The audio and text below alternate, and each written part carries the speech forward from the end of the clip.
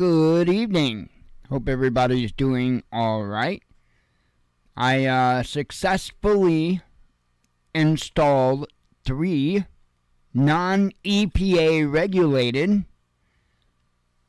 nozzles and vent caps on 3 of the gas cans I have here, and well, I think that's a pretty major achievement. I came like this close to making a stupid video today to celebrate the occasion, and it's not completely out of the question that I might still do it. Just for a little bit of fun, but yeah, I'll tell you what, I wound up last night after hey, I don't mind I don't mind sharing my failures, my screw ups, my, well, quite frankly, short-sightedness. After the show last night, I went and I checked the level in the heater, the fuel level, and I thought, the last time I even took a chance on the fuel level, Jen woke me up at 5:30 in the morning to let me know that the heater was shutting down. So I didn't want to go through that again. So I thought, hey, I'll grab the can. I'll just fill it up and be good. So I went out there, and one of the smaller cans is empty, and the other smaller can just had a little bit in it. And then, okay, well, I'll just grab the big can. Why? Because I've got a new damn nozzle on that. So I took the big can and I proceeded to start to fill the tank.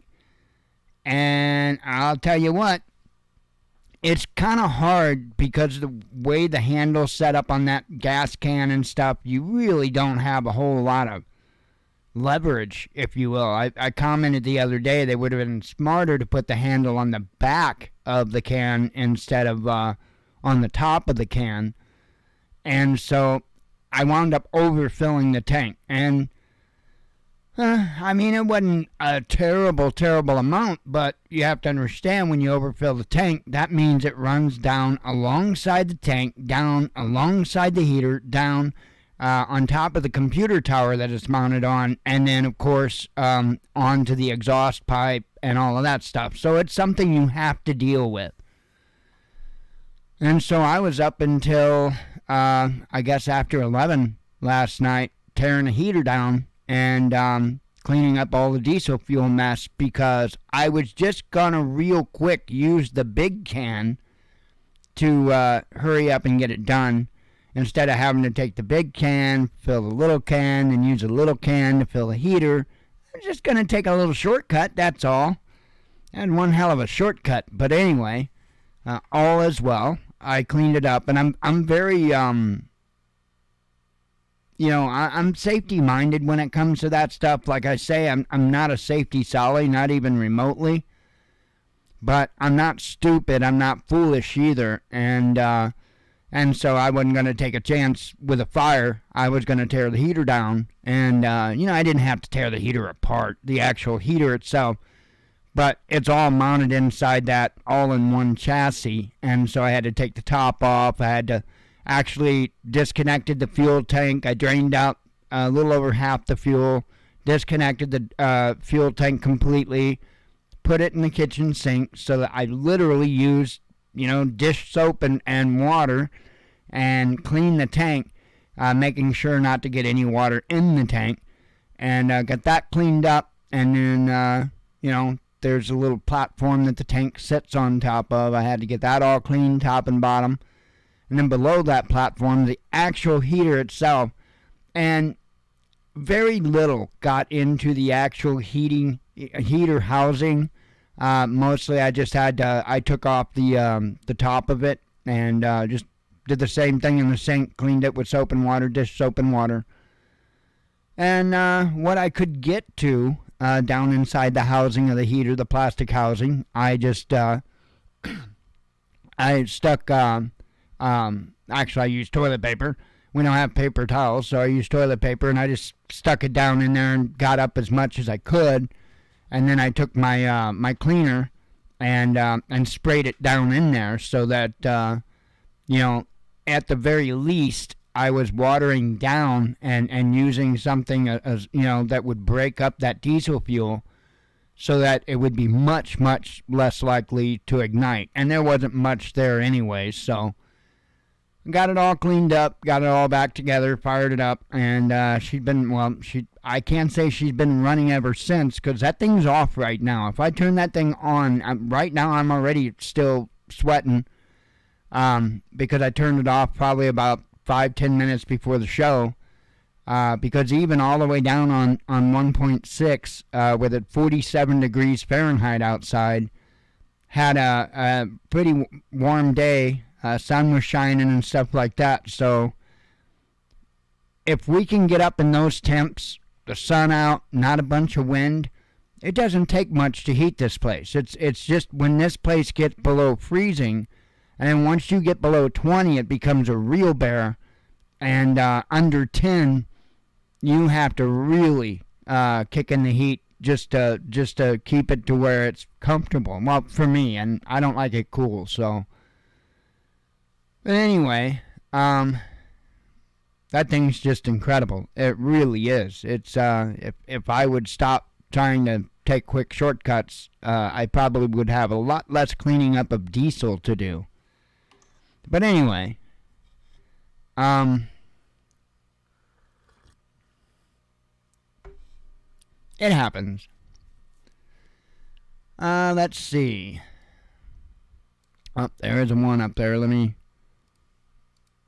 Yikes. Okay. Well, let me tweet that out, and that should probably go into. Not again. Really? Elon, I'm going to kick you in the nads, brother. Okay. So, apparently,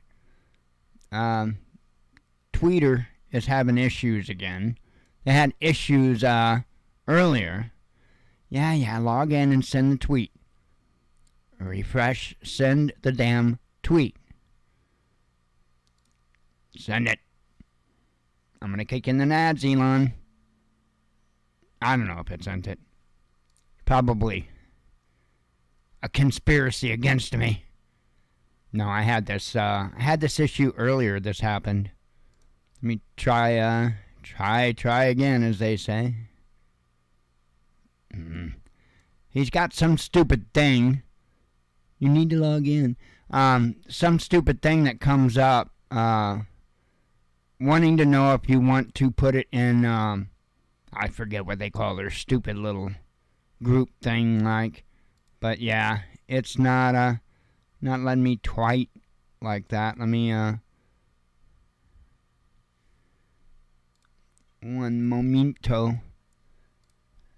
I'll see if I can tweet this out directly, because earlier I did that, and it let me do that, but it wouldn't let me share an article.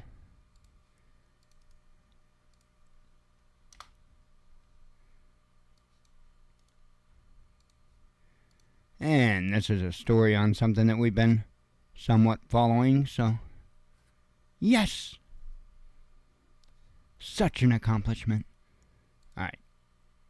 Now let me put that up in the other one where we're talking about the old SK. Let me find it. I know it's in there.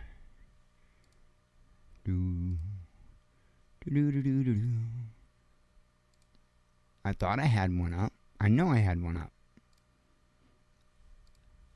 Huh.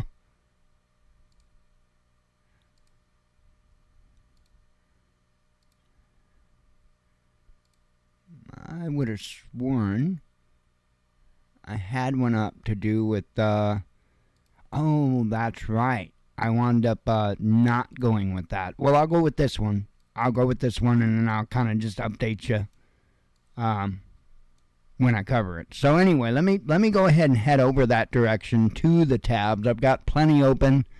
I think I had 10 open last night. I've got 9 open tonight. So busy day again.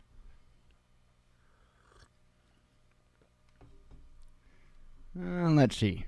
Bring you guys along. Germans told to prepare for nuclear emergencies. It says residents in Germany must make preparations for nuclear emergencies. The president of the Federal Office for Radiation Protection, Ingi Polini, warned on Wednesday.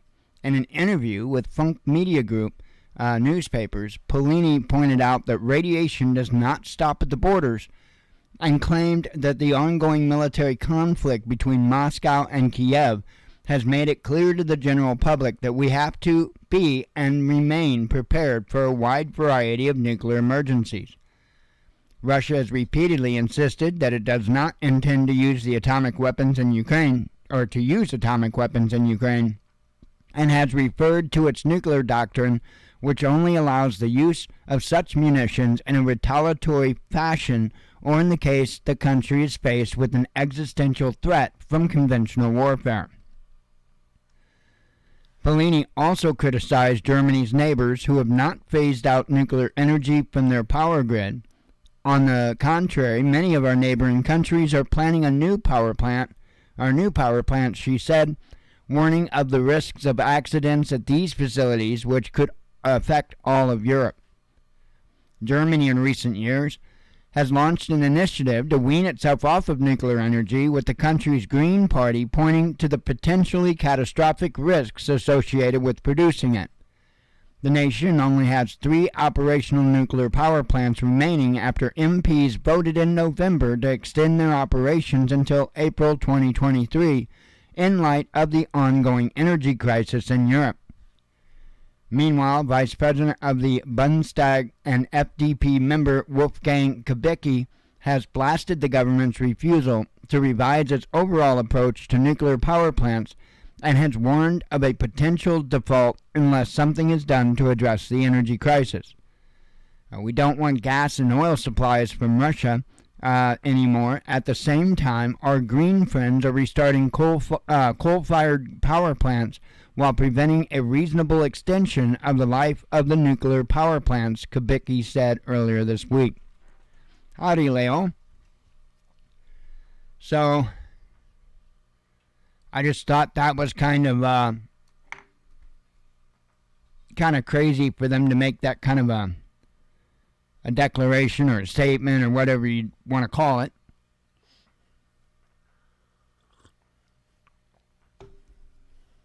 You know, as far as the Zaporozhye plant, I was trying to remember what it's called. As far as that one's concerned, I know Russia has built that dome over the spent rod pools. So we'll see. We'll see what happens with that. I don't think Russia is going to easily let that be hit. I really don't, because the way the media and everything else is no matter what, Russia would get blamed for it, even if, they did everything they could to defend it. So, let's see. Oh, right. Yeah, I know. Actually, I think I'm not sure, but this image might actually be from Chernobyl. Possibly, because I know when you search the image, that's what comes up. But I can't say that for certain. 1 second.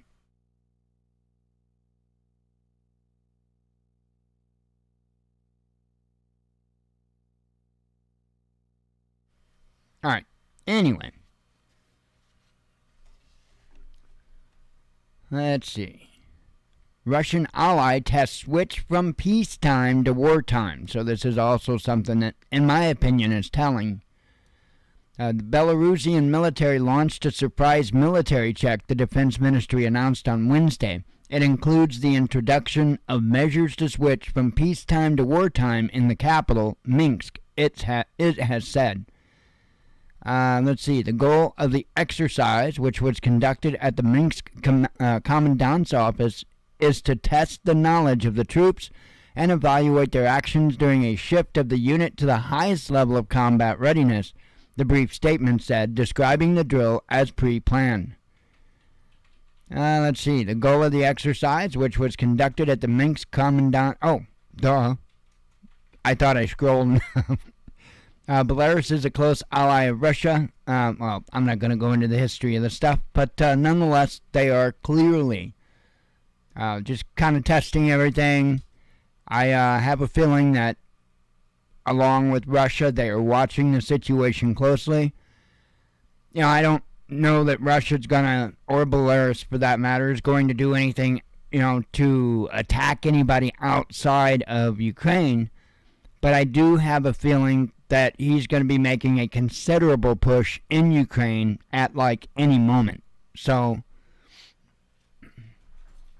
let's see.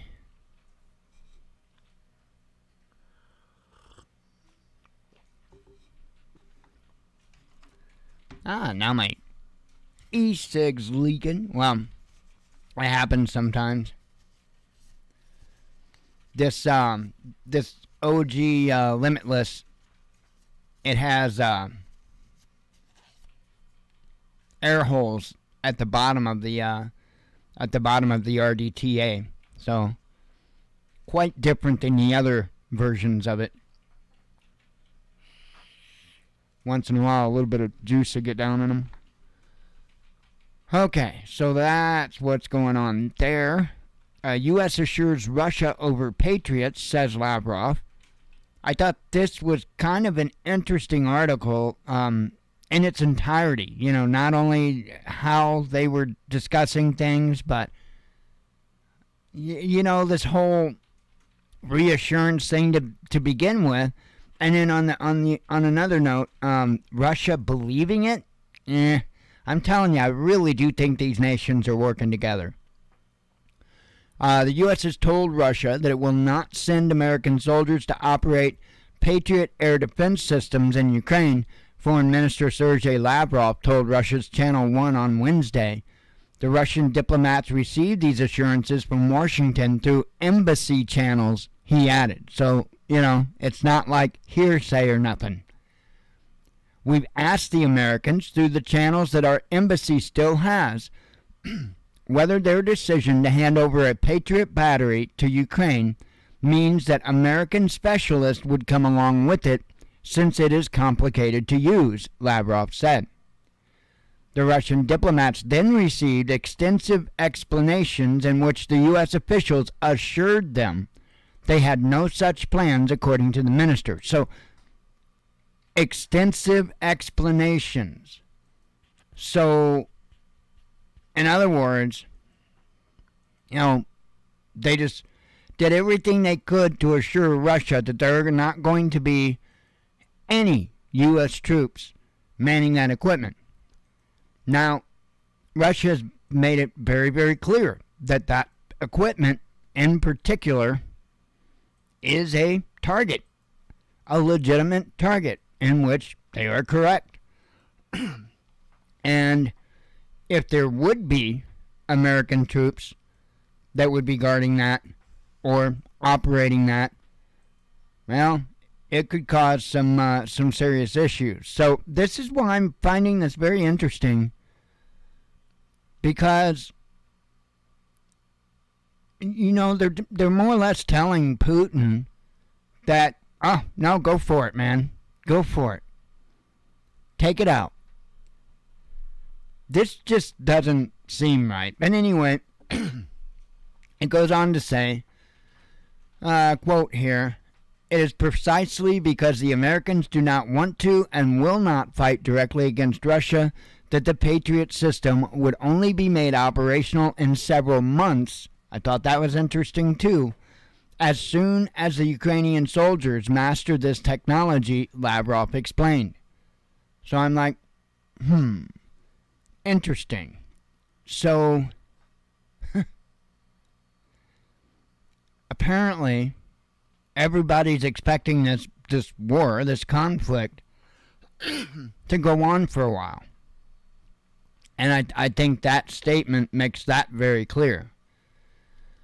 It says, "Nevertheless, Moscow harbors no illusions about the extent of U.S. involvement in the conflict between Russia and Ukraine," Lavrov said, adding that dozens or even hundreds of American servicemen are currently on Ukrainian soil In particular, he pointed to the sizable military attaché apparatus, adding that its military specialists provide direct consultative services to Ukraine. A group of U.S. specialists was also monitoring the use of American weapons in Ukraine, the minister added. Russia previously slammed Washington's decision to send Patriots to Ukraine, calling such a move provocative. It also warned that any weapon systems handed over to Kiev, including the Patriots, would be a legitimate priority targets for Russian forces.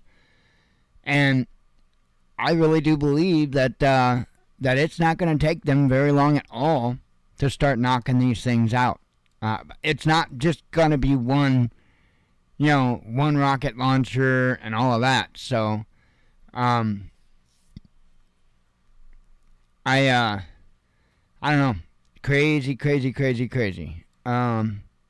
Let's see. Lost windows. I thought I lost a window, but I didn't. Oops. Now I'm opening stuff I don't need to. Just trying to get this one back up top. Okay. This is, I don't know, insane. How many times have we seen something like this happen?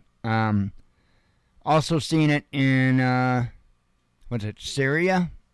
The chemical attacks.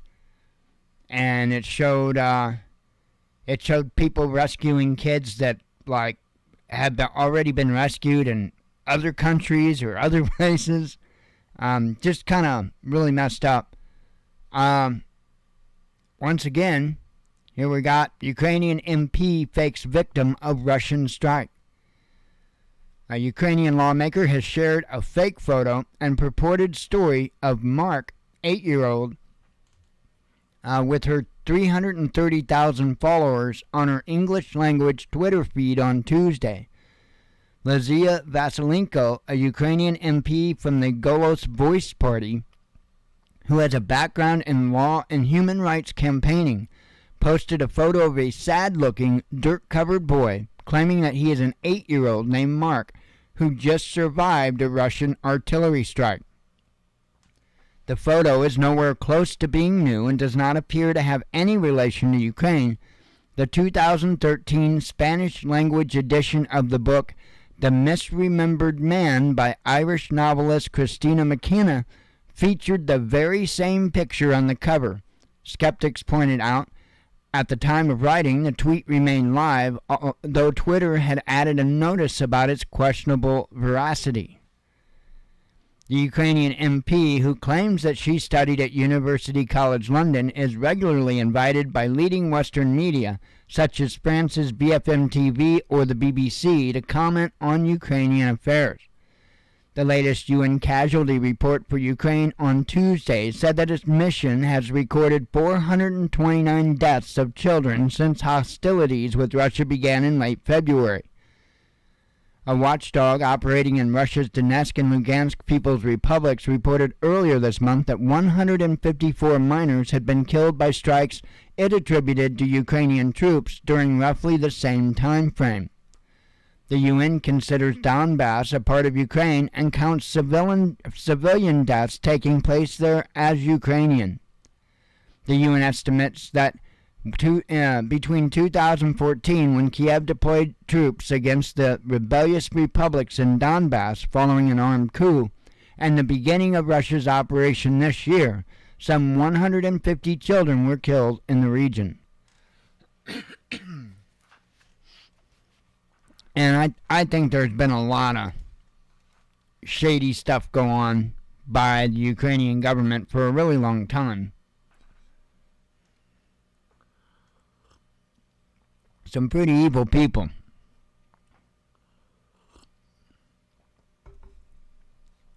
Let's see. Beijing warns Taiwan against using human cannon fodder. Chinese Foreign Ministry on Wednesday blasted Taipei's decision to extend compulsory military service from 4 months to a year.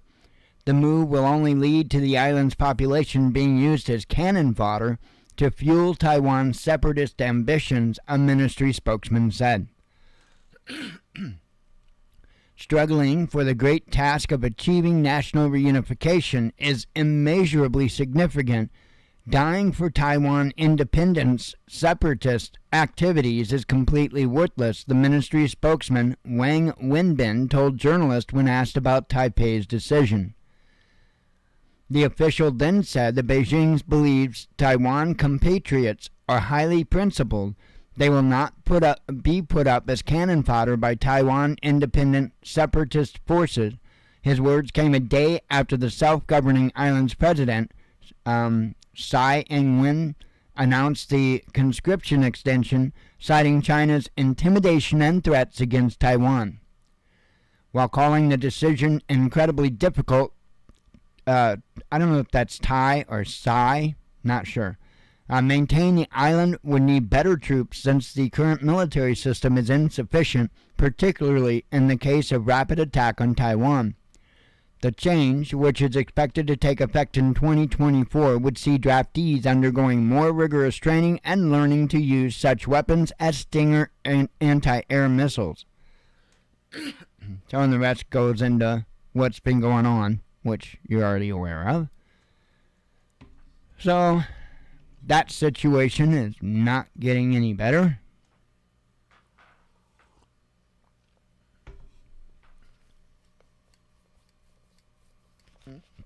Sorry, my ear is itching.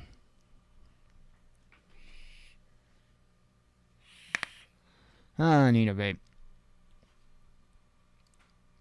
Been running through this pretty good. Got 5 tabs open yet. Oh, actually, I read that one. 4 tabs left.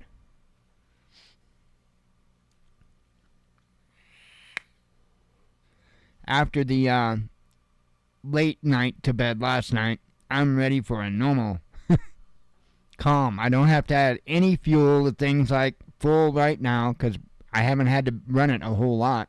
Around this afternoon sometime, I turned it off.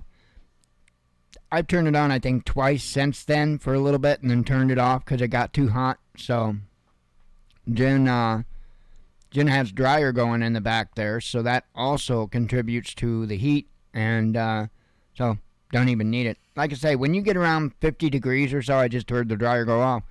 When you get around 50 degrees or so, it's not hard at all to heat this place. Even the dryer alone does a pretty good job of, because it doesn't vent outside, it does a pretty good job of heating.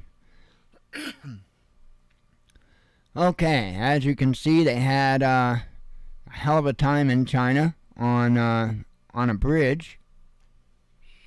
Over 200 cars collided. We'll look a little bit at this here.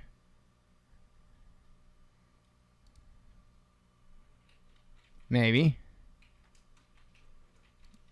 It's telling me I need to log in. Twitter's all jacked up. I don't know. Oh. I guess there's no audio on this. Guess not.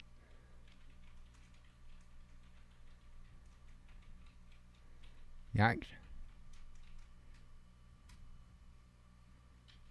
See if it'll let us go. Oh. I guess it's this one that I probably want. Wonder why there's no audio. That bites. It's up on the mixer. Wow. See if we can kick it. 前面这个黑色的是我的车，然后就是这样撞了，是高速路上追尾撞的。这个黑色的。Okay. 前面这个黑色的。I need you to translate, Leo. So, tell me what he said.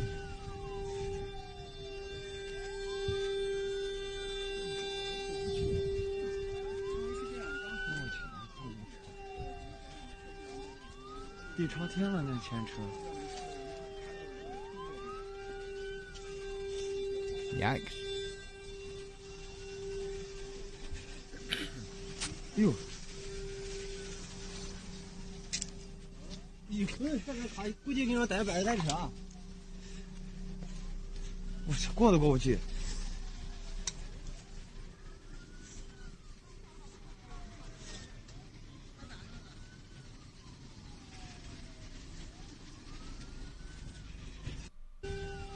That's pretty crazy. You have to be careful when driving in weather like that, especially with reduced visibility. It says major pileup involving over 200 cars on a bridge in the Chinese city of Xingzhou left one person dead on Wednesday. It's amazing there's not a lot more. Local officials have reported. According to rescue workers and state broadcaster CCTV, the incident is believed to have been caused by extremely foggy weather conditions and icy roads. Photos and video footage from the crash spreading on social media showed dozens of cars and trucks piled up in the Xingzhen Hengwei Bridge, and I'm sure I got that way wrong, with some people appearing to be stuck inside their vehicles. This is too scary, full of people here. I don't think we can get off the bridge, one person could be heard saying in one of the video clips. Well, I guess that's what he said. I don't know. Meteorologists have stated that visibility in a number of areas, including Xingzhou, was less than 500 meters, and in some places less than 200 meters on the morning of the incident. The extremely poor visibility coupled with icy roads is believed to be the primary cause of the crash.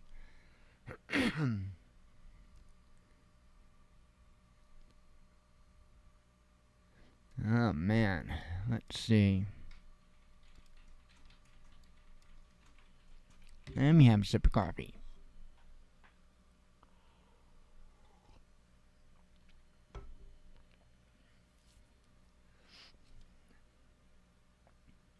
And a vape. Sneak a couple of those in.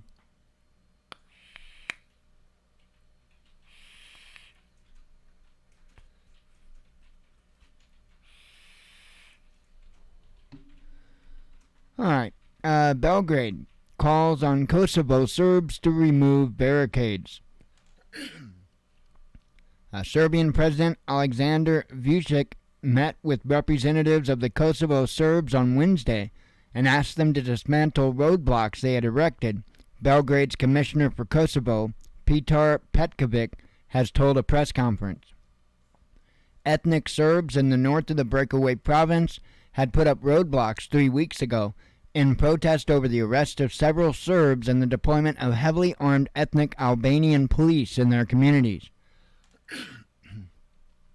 The request to dismantle the roadblocks came after the EU and U.S. gave written guarantees that participants in the peaceful protest against ethnic Albanian PM Alban, Kurdi's terror, would not be arrested, according to Goran Rakic, a local Serb political leader who spoke to Serbian channel TV Pink.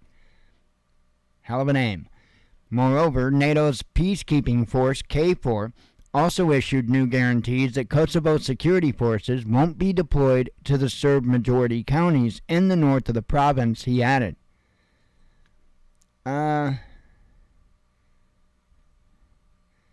Pristina's police were not supposed to be in the north under the provisions of the 2013 Brussels Agreement with Belgrade, which Kurdi's government has said it had no intention of honoring. The trucks and tractors blocking roads in the north of Kosovo have not yet been removed, however, as the local Serbs are waiting for a visit from Vučić himself, anticipated later in the evening. We don't trust Kurdi's government. I can say that we don't trust international guarantees either, said Rakic. NATO that goes into history of what happened there, but so we'll see how this plays out. As you know, it's been a little heated there as well.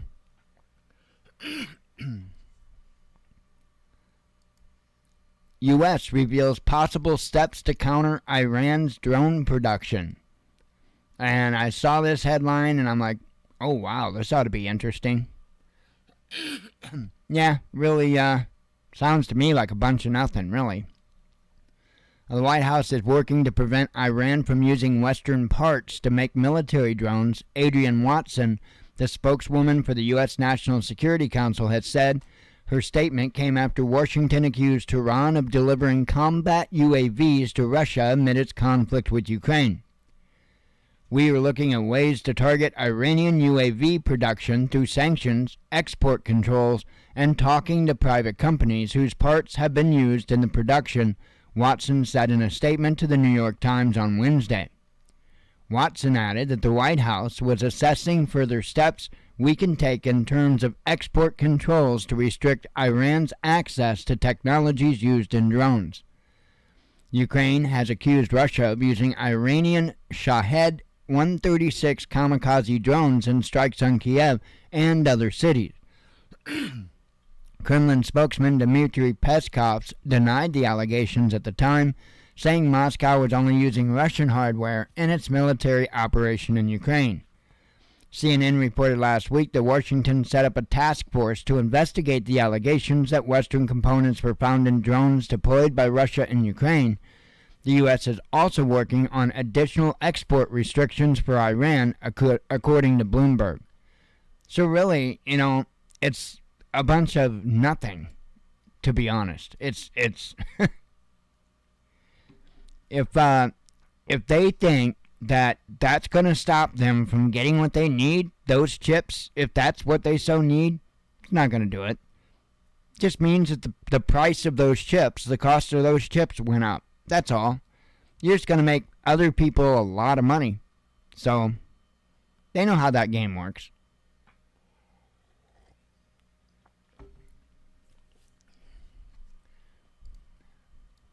It's like, you could demolish drug trade by legalizing all drugs. You would wipe out the drug trade industry. You would actually, and this has been proven in many other places, that it will actually reduce the amount of people that are on drugs, the people that are addicted to drugs and stuff like that. Now, that's not to say that in the beginning of removing all of those laws and restrictions that you're not going to have a mass amount of death. You are definitely going to see an uptick in certain things, but then you're going to see it level out, and then the use go down. It's not novel anymore. If you make it legal, if it's something that you can do anytime you want, it's not novel. You're not getting away with anything. And in many cases, when it comes to starting to do drugs, that's a big part of it. I'm going to do this. It's illegal. I'm going to rebel. I'm just going to smoke this joint. The best thing you can do is to make it no longer really profitable for individuals to be in that trade. And if anybody could get it at any time, anywhere, for the most part, guess what? You're really not going to have anybody going out of their way to deal the drugs, because there's not going to be such the profit to be made. They'll find something else. Seoul vows to punish North Korea. Now, I mentioned earlier that that South Korea, there was another headline that I did initially have up, and that was South Korea had apologized to its citizens, essentially for not being able to protect them when the drones came. I mean, not that the drones attacked them or anything like that, but they couldn't stop them. They couldn't, So anyway, now, this is the latest. This came out after I already started the show. Seoul vows to punish North Korea. South Korean President Yoon Suk Yeol, I know I'm getting that way wrong, has instructed security officials to punish North Korea for any future provocations, saying that they must not fear Pyongyang's nuclear arsenal following a major security breach earlier this week.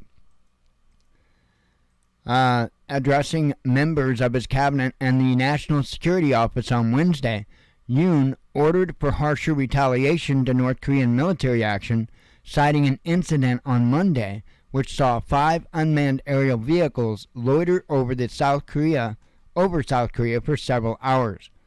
President Yoon told them to punish and retaliate in no uncertain terms in response to any provocation by North Korea, saying that is the most powerful way to deter provocations, Press Secretary Kim Yoon-hai told reporters, adding that Yoon emphasized that we must not be fearful or hesitant just because North Korea has nuclear weapons. So, we'll see. But I don't know. That is one of those things that I think could be very organic if things kick off. I don't think North Korea is one of the countries that I don't think is in on this big international global game that's going on. I don't think North Korea is a part of it, and I don't think Iran is a part of it. But that is the only 2 countries that I don't think that I feel pretty confident is not a part of it. I think everybody else is.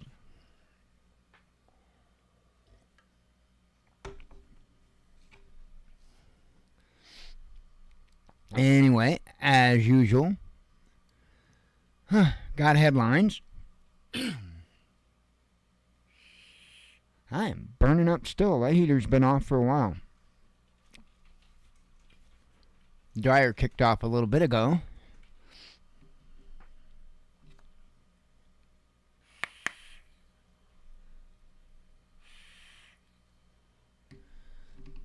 The temperature is supposed to actually be going up throughout the night. So, go home whether you're drunk. Let's see. There were a couple of headlines last night that I shared out after this show. South Korea apologized for response to drone incident. That's the article that I was telling you about that I initially had up, but I went ahead and closed that out so we didn't have so many. Turkey announces massive natural gas discovery. I have a feeling the United States is going to have to go spread some freedom over there. Russia to divert metals away from the West. No, I don't think the U.S. will actually do that, but they ain't beyond doing it. Ukraine presents global cyber threat, says Russia. Merkel doubles down on Ukraine peace revelations. Tulsi Gabbard roasts GOP congressman-elect for blatant lies. Berlin pledges to ramp up sanctions against Moscow. Russian ally I covered that one. Russia ramps up gas exploration in Far East to boost supplies to Asia. France issues vouchers for firewood. Another Ukrainian terrorist attack is foiled, says Moscow. Nord Stream 2 bankruptcy is delayed. Non-sanctioned Russians unlikely to recover assets in the EU. In other words, they're just going to steal their stuff with no reason. Key Ukrainian port city starts removal of founders' monument, says media. Russia and Turkey start work on natural gas hub, says Gazprom. A number of Ukrainian refugees in Poland revealed. Russian campus mass shooter gets life in prison. Australia approves extradition of ex-U.S. Marine, says media. Russia hosts high-level Turkey-Syria meeting. Putin promises improved business environment.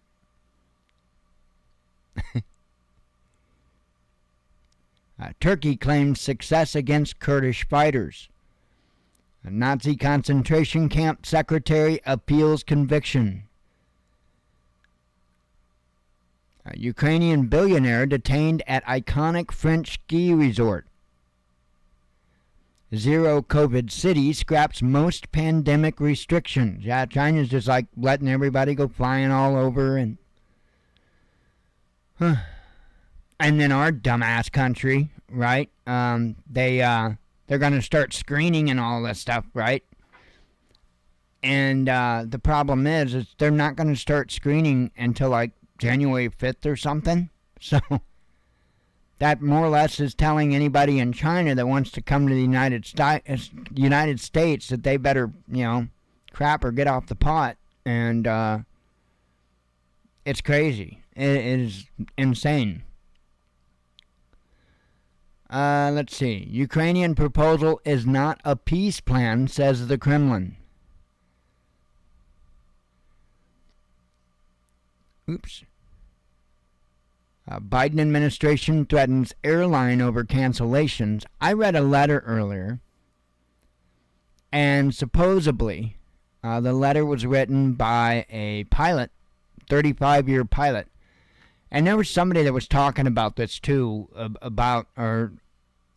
something about this. And I think this might be a different individual. But anyway, what this person was saying is that the issue that happened with Southwest was because of basically neglect on their systems, their equipment, and stuff like that. And that the employees of Southwest have been warning for a long time that this was coming.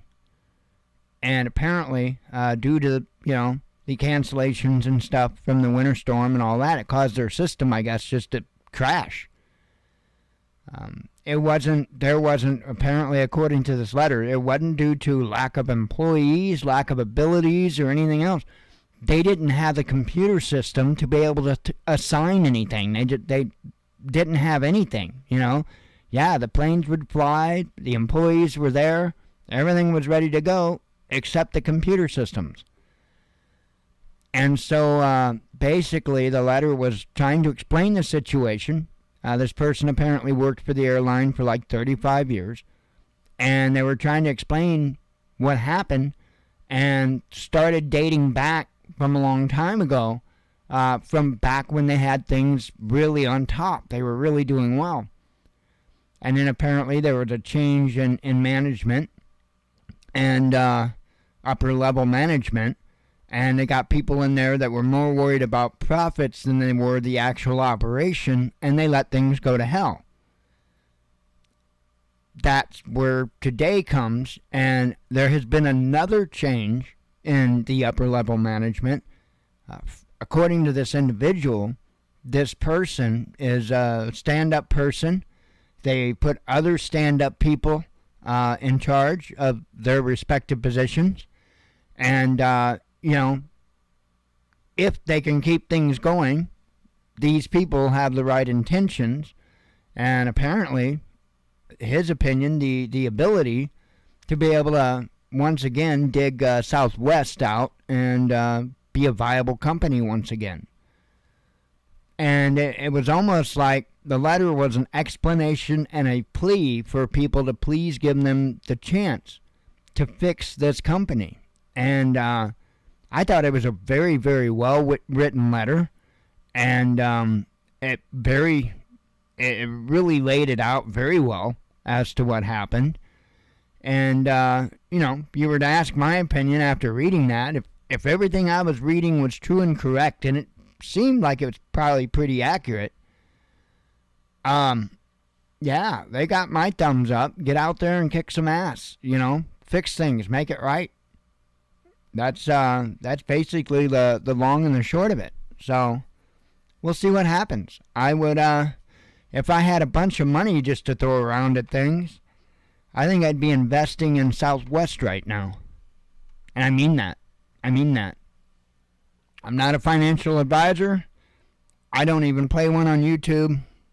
I don't know jack crap about any of that stuff. But I would imagine their stocks are probably a bit low right now. And,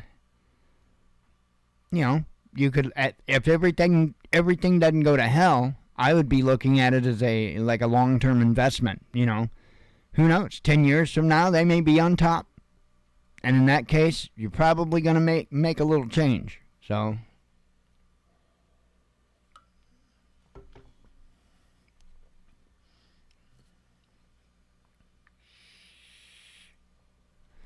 since they have a new sheriff in town in those upper level management positions, to me that shows their intent, meaning the people that pay the bills, that pay the salaries, that they have intent on turning it around. That's what that tells me. So, might be a good long-term investment. Let's see. Travel ban on Russian IT specialists is unnecessary, says the ministry. Let's see. And that is it. That's all of them. Good deal. Well, I'm going to take advantage of being done before 9 o'clock. And I think I'm going to be off like a prom dress. So anyway, I hope everybody has a good night. God willing, we'll be back tomorrow, and we hope to see you then. As always, God bless you. We love you. Be one with your spirit. And shalom.